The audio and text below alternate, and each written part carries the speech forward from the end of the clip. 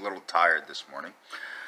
I wanted to do a video regarding the nature of the oversimplification of heart disease and obesity. Okay. There was a person that commented on one of Michelle Lowe's videos regarding that grain consumption has gone up, and so has obesity.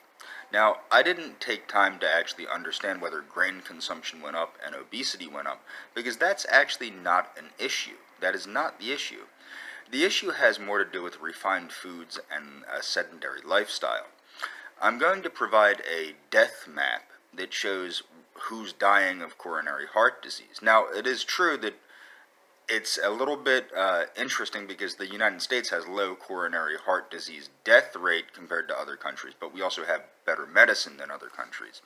But what you'll see is diet doesn't necessarily have to do with the amount of coronary death as people think. This is an oversimplification used by vegans and carnivores. People forget that I did follow an Atkins-based lifestyle for a long time, and Atkins was a big believer in the fact that when people start eating plant foods, he believed that death rates went up. Not necessarily plant foods, but grain.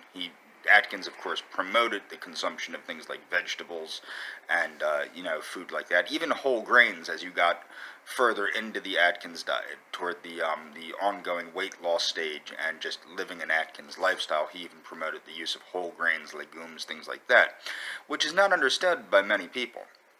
But the thing is, diet is not the only factor in coronary heart disease or heart health. A big contributor is a sedentary lifestyle, as well as the fact that air pollution damages it causes scarification of the arteries, which cause plaque to build up, things like that. The fact of the matter is, though, and I'm going to leave a link to Adele Davis. Adele Davis, I think, had it figured out a long, long time ago when she stated that really all you need to do to be the healthiest is simply not eat any refined foods. Now, you can tweak it by getting rid of the meats, okay, because the thing is, what one has to understand, the organic food industry is baloney. So Frankie's farm-raised, fresh, whatever meats, you're wasting money on food that's bad for you anyway. Meat, generally speaking, is bad for you. However, what Adele Davis pointed out is if you don't refine grains and don't refine things into simple white sugar and things like this, you're not getting the deleterious health effects. Now, okay, people know that I'm fond of Argentina. I've looked into Argentina quite a bit.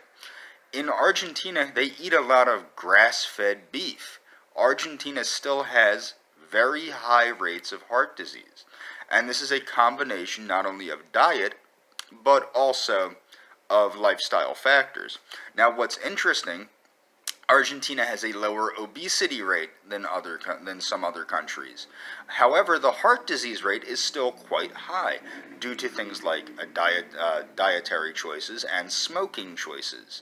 Okay, so the fact of the matter is there is more to the picture than simply grain consumption going up. Nobody has developed heart disease by overeating oatmeal.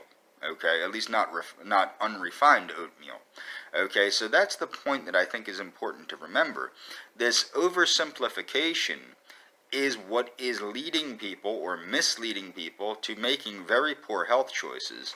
And even I at one time, I believed, my diet was so pristine that I put exercise on a back burner, thinking that, I could reduce the amount of exercise because I ate so well. This is not true. The cultivation of health I hate using the word holistic because it sounds like hippie garbage, but it is a holistic approach to health, which I believe is outlined the best in the 8 Laws of Health by the Seventh-day Adventists and Ellen G. White, which I will also be leaving a link to. And that's all for this video.